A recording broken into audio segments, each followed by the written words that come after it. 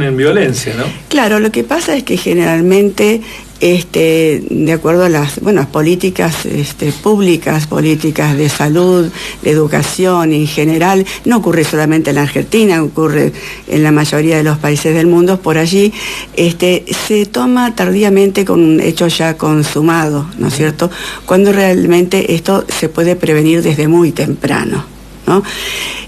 Cuando hay un acto violento extremo, digamos, donde no se puede controlar y se llega a situaciones realmente como las que estamos viendo últimamente, y a veces en adolescentes, en púberes, es porque en realidad esto no surgió de un día para el otro, ni se conformó descontrol del odio, de la violencia que se actúa de un año para otro tampoco. Tiene un origen muy temprano todo esto, y tiene un origen, yo diría, desde el primer año y los primeros años de vida, en los vínculos primarios, ¿no? A veces hay vicisitudes de la vida familiar y de la vida social, ¿no es cierto?, en que está inmersa esta familia, en que no permiten que se construyan cuestiones básicas que tienen que ver con la ternura, con lo amoroso, ¿no? Si vamos a Freud, digamos, nuestro padre de psicoanálisis, él hablaba mucho del amor y el odio como algo constitutivo del psiquismo, y que se constituye a través de la relación con un otro, del recién nacido. Pero que esto tiene que tender a equilibrarse en los primeros años de vida, siempre en función del cuidado y la protección y la relación amorosa desde un otro, que lleva a que estos sentimientos que comienzan a generarse se puedan de alguna manera consolidar y se puedan equilibrar, para que siempre prevalezca digamos lo amoroso y prevalezca la consideración del semejante, que es fundamental. El afecto o el desamparo son un ámbito en donde se puede construir una personalidad violenta. Seguro. El desamparo es lo fundamental, el desamparo el desamparo o la indiferencia sobre las necesidades afectivas de un niño. Y esto no por responsabilizar exclusivamente a la familia, para nada, porque son familias que están inmersas en un medio social también político, económico, violento, ¿no es cierto? Son familias cuando se está todo el tiempo promoviendo discursos de odio, motivando la reacción violenta, la eliminación del adversario. Exactamente. Se está construyendo la base de eso, ¿no? Se está llevando adelante un modelo, se está transmitiendo un modelo.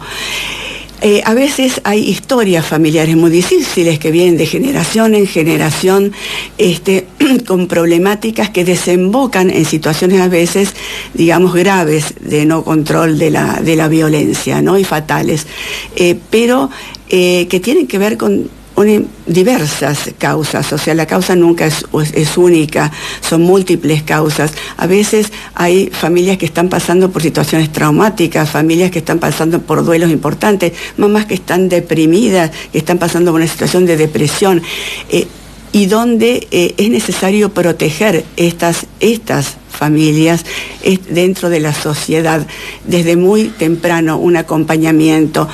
Hay una ley que se ha promulgado en el año 2020 y se reglamentó en el 2021, pero que se viene construyendo desde 2014 o desde antes, y hay gente que ha trabajado mucho para construir esta ley, y donde han recorrido todo el país para ver todas las realidades sociales, y para poder implementar esta ley, que tiene una cobertura, que es la ley de los 1000 días. El año pasado del Fórum Infancia hicimos una jornada donde pudimos traer a Río Cuarto a la licenciada Armus, que es una de las constructoras de esta ley, psiquiatra y socióloga, y a la licenciada Morisi, que es especialista en vínculos primarios. Y bueno, estuvimos trabajando esta problemática y esta ley, que tendría que estar en funcionamiento, pero bueno, para eso hace falta un armazón a nivel de políticas públicas.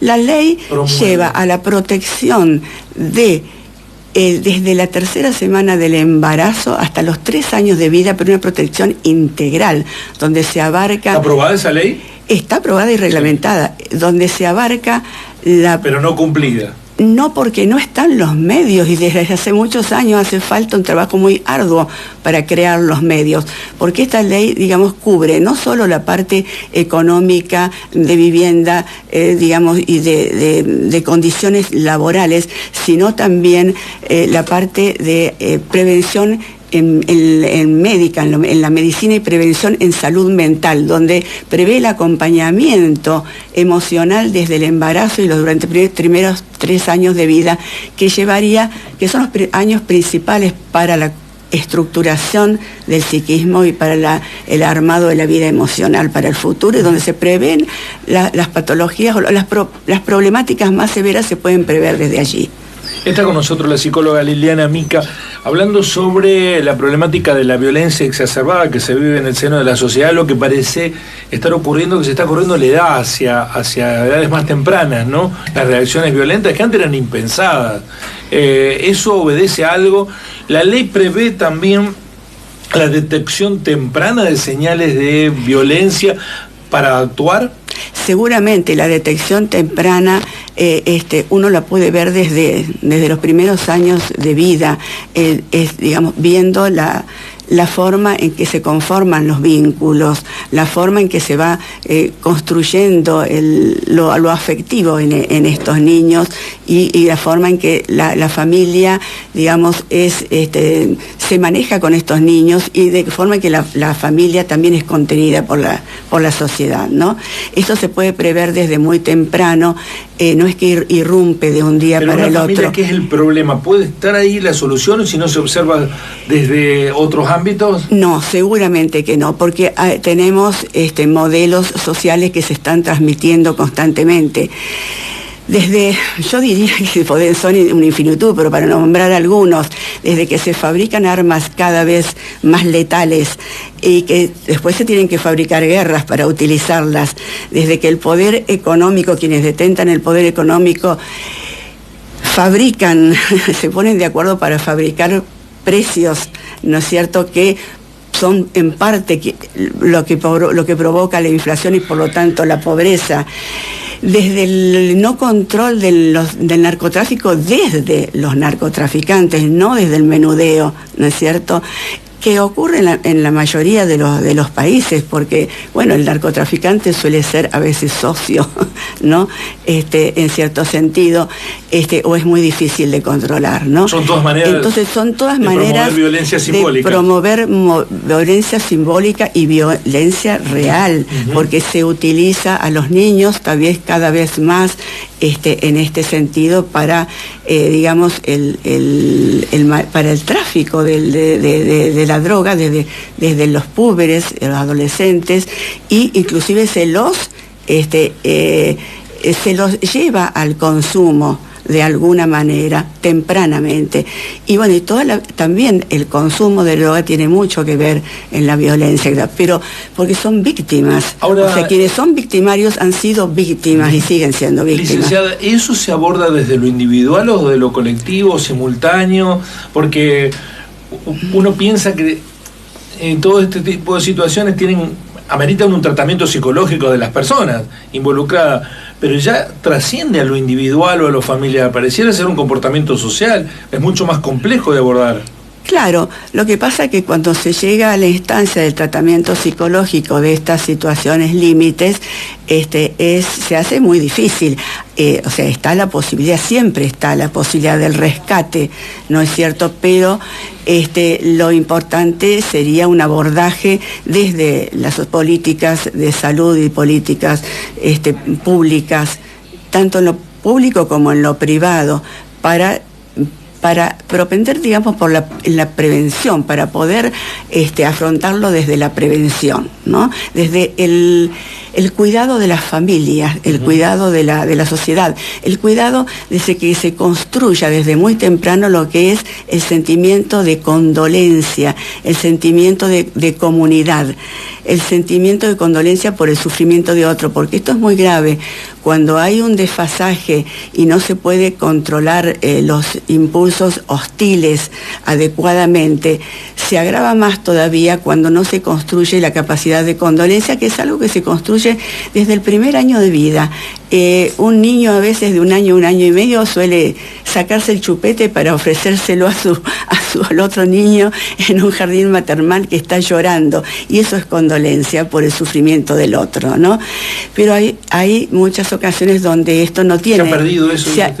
No es que se ha perdido, no, para nada, pero hay ocasiones particulares en donde se dificulta la construcción de la condolencia por el sufrimiento de otro, del sentido del bien común, ¿no es cierto? Bueno, la cultura del individualismo no piensa mucho en el otro, ¿no? En condolerse con el otro. Bueno, pero esto tiene que ver con políticas sociales, tiene que ver con políticas económicas, donde, el poder de unos pocos prevalece, y donde el individualismo es, se toma como modelo en forma vertical. Lo tomamos desde, quienes ostentan el poder. Ayer escuchaba en un canal de televisión de Buenos Aires que hablaban de la situación del narcotráfico en Rosario, y uno de los panelistas promovía la intervención, que es ilegal por otra parte, del ejército, y señalaba a viva voz que había que ir con ametralladoras y matarlos a todos. Claro. Y ninguno de los actores que estaban en el medio contraponía un discurso por lo menos más equilibrado. La solución que promovía, yo decía, es una locura. Es una locura. Y eso instala en mucha gente, el uso no responsable de los medios de comunicación también es parte del problema, ¿no? Exactamente, esto se transmite, y se transmite a viva voz, y se transmite por los medios de comunicación, a veces en forma irresponsable, donde es una forma de incitar a la violencia, ¿no? Es un modelo que se va transmitiendo y que van absorbiendo los niños y las familias, a veces indignadas por las situaciones económicas. También es violencia un sueldo que no llega a cubrir el índice el sueldo mínimo para no llegar a la situación de pobreza extrema, los sueldos en negro, un montón de factores que la familia va cargando y se va angustiando, y esta angustia de alguna manera se transmite, los niños la van absorbiendo, y esto no es favorable para la tramitación de sus sentimientos y para que sean cada vez más favorables los sentimientos. ¿Y por dónde empezamos, para finalizar? ¿Por dónde empezamos? Por la prevención.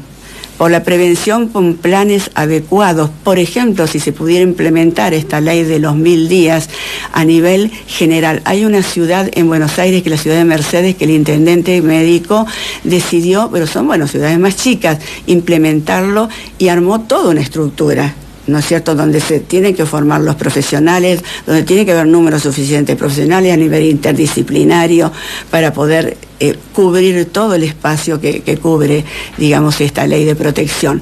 Pero esto no se lleva a cabo. Bueno, eso es lo básico. La protección de la familia para que puedan cuidar a los cuidadores sería, en definitiva, ¿no? Porque si no se va instalando esta cuestión de no se puede, somos pobres, ¿qué vamos a hacer? No se puede, y viste cómo es, el poder hace lo que quiere, y se va naturalizando, que ese es el peligro, ¿no? Y se va naturalizando también la violencia, que se escucha en forma repetida como una noticia más. Sí, además si hay políticos que piden cárcel o bala, Sí. como única opción, Es terrible. Estamos en un problema, ¿no? Estamos muy... Eso es muy grave. Es muy grave, claro. Sí. Sí, pero bueno, no toman conciencia de esto, ¿no? Bueno, ¿qué está ocurriendo en nuestra provincia del norte, en Jujuy? Y el riesgo que esto, bueno, pueda ampliarse a las demás provincias, ¿no? Donde se mira para un costado, a veces desde otras provincias o desde un poder superior, ¿no es cierto?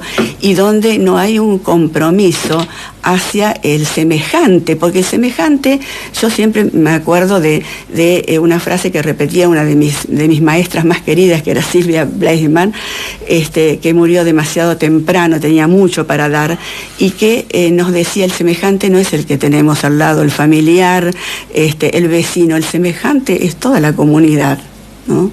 Entonces, donde esto se va perdiendo y el individualismo gana terreno, es peligroso, ¿no? Y además donde se incita, donde se hace la vista gorda, digamos, hablando en criollo, sobre las escenas de violencia a nivel social, ¿no?